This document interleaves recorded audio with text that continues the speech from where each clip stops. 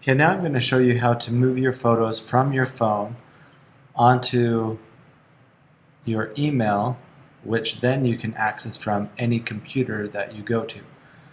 First thing you want to do on your phone is select Photos. After you open up Photos, you go to the photo that you want to submit. In this case, I'm going to choose one of the most recent photos. It's like a picture of a student right before midterms when they find out everything is due.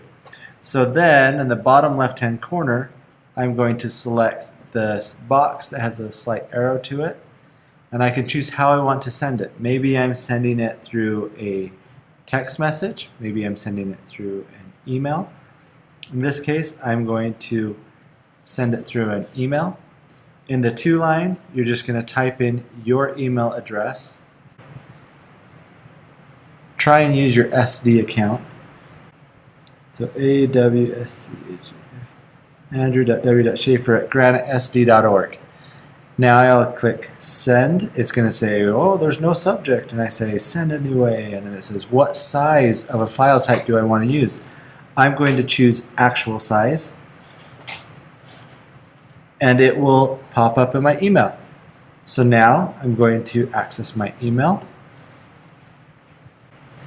I'm going to open up Google Chrome. Once I'm on there, I'm going to go to gmail.com.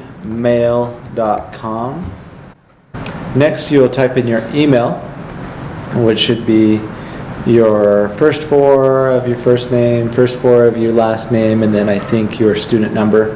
Mine is awschaefer@granitesd.org. Yours will also end at granitesd.org. Next. Oh, then it might make you put it again. Once you are signed in, your Gmail or your mail that you sent should appear.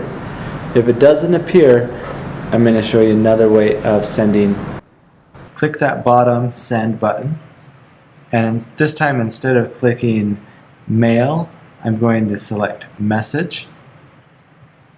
After I open message, I'm still going to type in my Granite SD account.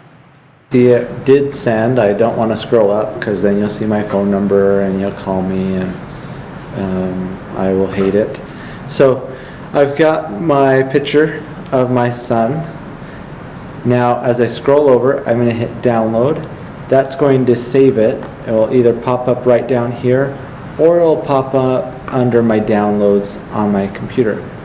Once it's downloaded, I will just click and drag that one photo to my desktop so I have it available.